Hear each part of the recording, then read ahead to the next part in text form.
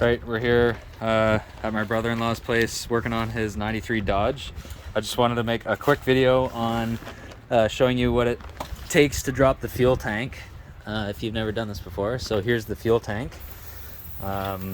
and you'll need to take a couple things out.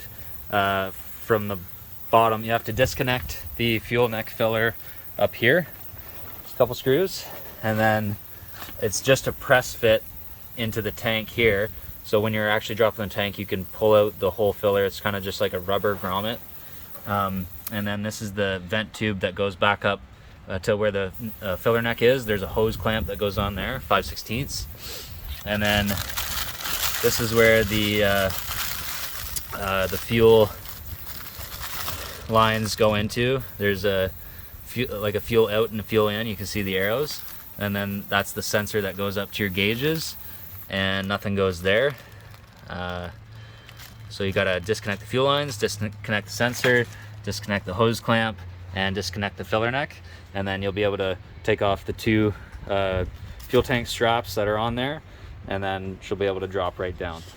When you're disconnecting the fuel tank sensor, you gotta push this tab. So when you take this fuel tank sensor out, you gotta push this small plastic tag up, and then you can pull it out straight on that sensor.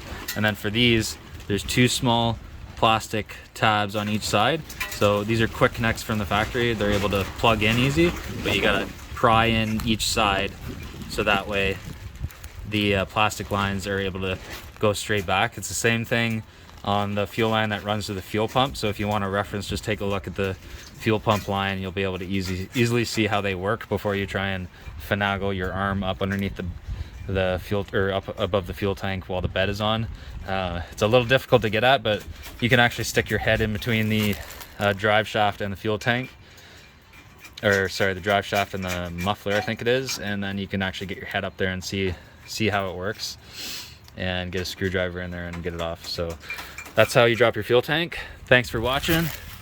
David's under there now, descaling some rust, and then we're gonna coat everything in rust check oil and prevent any future rust. We picked up some fuel tank straps from Metal by Charlie on Instagram. He makes some nice fuel tank straps, stainless, so we're gonna install those guys.